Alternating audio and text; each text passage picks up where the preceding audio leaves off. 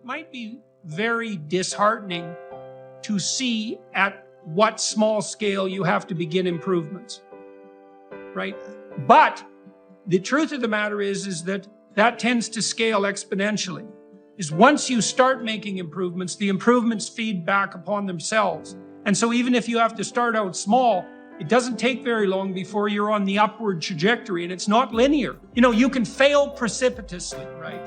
But you can also succeed precipitously. Once you get the ball rolling, positive things tend to aggregate together, and you can make a lot of progress even if you start from a pretty damn dismal place. Responsibility in some sense, that's maturity, but I would also say that's the adventure of your life. And how is that tied to the idea of sacrifice? Well, what do you have to sacrifice if you're responsible? And the answer is you have to sacrifice your short-term, hedonic, and immature whims, right? So if you're a child, if you're 2, you're impulsive, and that means that you only act for the moment, and you only act in relationship to what it is that you, as a singular individual, want in that moment. And that's just not a tenable solution to the complexities of life, because you don't just exist in a moment. You exist as an iterated set of identities across time. You yourself are a community that extends across time, and you have to govern every action that you take in the present in relationship to the fact that you can do what you want tonight, man, but you got to put up with yourself tomorrow morning, and you got to put up with yourself for what you did tonight next week and next year and 5 years from now. And every single one of your actions is like that. And so in order to act properly, you have to sacrifice the impulsive gratification and the easy way out that's characteristic of the moment, and extend yourself across time so that you are acting in concert with the highest interest of yourself in the broadest possible range of contexts. And that's what it means to be an adult. And you do exactly the same thing with other people. In a relationship, in a marriage, you're not just who you say you are from moment to moment. You have to negotiate very carefully with your wife or with your husband on an ongoing basis, every week, every moment in some sense, while you're communicating, to understand not only how you can get what you need and you want, which may be necessary and important, especially in the long run, because you have to treat yourself properly, but so that you can do that in a way that your partner can also get what he or she needs and wants, in a way that makes both of you more likely to get what you need and want over the long span, and more so than you would get if you were alone. And if it wasn't the case, why would you bother with it? And then you have to incorporate children into that too, and that gets to be a more complex unity. So if there's 5 of you, well, how do you balance your individual needs and wants with that small collective? And that's the negotiation process that goes on in a family. And hopefully you do that too in the spirit of reciprocity and truth and love. And you take on that responsibility, and that's the core aspect of sacrifice, right? The great discovery of the human race. That's what sacrifice means. And you sacrifice the foolishness of yourself. You sacrifice the momentary foolishness of yourself to the highest good that you can possibly imagine. And there's nothing in that that isn't good, even though it's difficult. And that's not mere inhibition of those impulsive gratifications that, if only were allowed to be manifest fully, would set you free. Quite the contrary, you would have precisely the freedom of an extremely badly behaved 2-year-old. And that's no freedom at all, right? All that is freedom to wander in the street and get crushed by the first car that drives by. There's nothing in that that's proper. I've been embroiled in a lot of conflict, and I really don't like conflict. And I think the reason that I've been embroiled in so much is because I won't delay it. Like, if there's an issue at hand, I want to address it right now. And the reason for that isn't that I enjoy it. In fact, I don't enjoy it at all. But what I really don't enjoy is prolonged conflict that never goes anywhere and that never ends. Yeah. And so conflict delayed is conflict amplified, right? Exactly It just grows on you. Yes. Exactly that. And that's one of the oldest stories that people have been telling each other forever, is that ignored things grow in the darkness outside the city until they become monstrous and break down the walls. And so you think, well, I'm afraid of listening, I'm afraid of hearing the problems. And that's fair enough. It's no wonder you're afraid. But you're nowhere near afraid enough of not doing that, because that's a bloody catastrophe. That'll be a bomb that'll go off in 10 years and blow up your marriage. You'll find out that your wife had an affair because, well, for her own reasons, and because you didn't pay any attention to her for like 15 years. And then you think, well, I was afraid to pay attention. And yeah, fair enough. But now look where you are. You're in hell. And that's just not an improvement. So, there's there's problems of various size out there in the world. And the largest problems are the apocalyptic problems that you just described, right? And it isn't even obvious which of those apocalyptic problems are real. But we could say, well, there's always the possibility that large-scale systems will come to a precipitous collapse. And we have to live with that. That's true in our own lives. We could die at any moment. So could the people we love. Our cultures can fall apart. The apocalyptic terror is always beckoning as a possibility. Okay, now the question is that your problem? Now the answer... Can you do anything about it, well, right? The answer is your own nervous system will tell you that.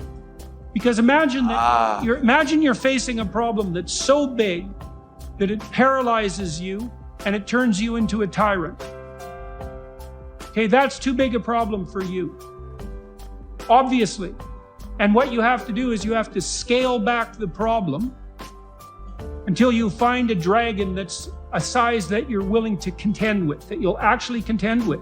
And so, maybe you shouldn't be addressing the large-scale political problems of the world because your own house is a bloody catastrophe. And you watch the news and it paralyzes you and turns you into a ranting tyrant. And that means you're not the man for that job. You have to scale back. And maybe if you scale back and practice straightening things up at the local level, which isn't trivial or easy, you get better and better at it, and then you could face larger and larger catastrophes and practically and productively, right? Instead of virtue signaling and going astray. You do this in therapy is if someone is having a hard time making friends, you break that down into micro steps. And one thing you might have to do, as we discussed, is you might have to teach the person to introduce themselves. And their problem is, I don't have any friends. It's like, no. Your problem is you don't know how to shake hands and look someone in the eye. Right? And then you might say, well, can you do that? And they might say, well, I'm afraid to shake hands. It's like, well, can you look at me? Can you stretch out your hand? Can you touch my hand? I mean, this might sound trivial, but lots of people are paralyzed with social anxiety. And they have no idea how to shake hands. Yeah. And that just stops them cold, right? Because if you can't introduce yourself, how the hell are you going to make friends? If you run, then the signal that the story you're acting out is that the thing you're running from is bigger than you and that you have to hide. And that's just a recipe for anxiety. Now, it's not necessarily that easy to turn and face something, but you do detail out a variety of strategies in your books that might help people do that. You can differentiate the problem. Like you might have been traumatized at work, let's say, or let's not use that sort of jargony phraseology. You may be having tremendous difficulties at work. You might be dealing with people who are tyrannical at work and find it very meaningless. And that's bothering you constantly. It's disturbing your sleep, for example, and it's haunting you. And you tend to try to push it out of your mind when the thoughts come.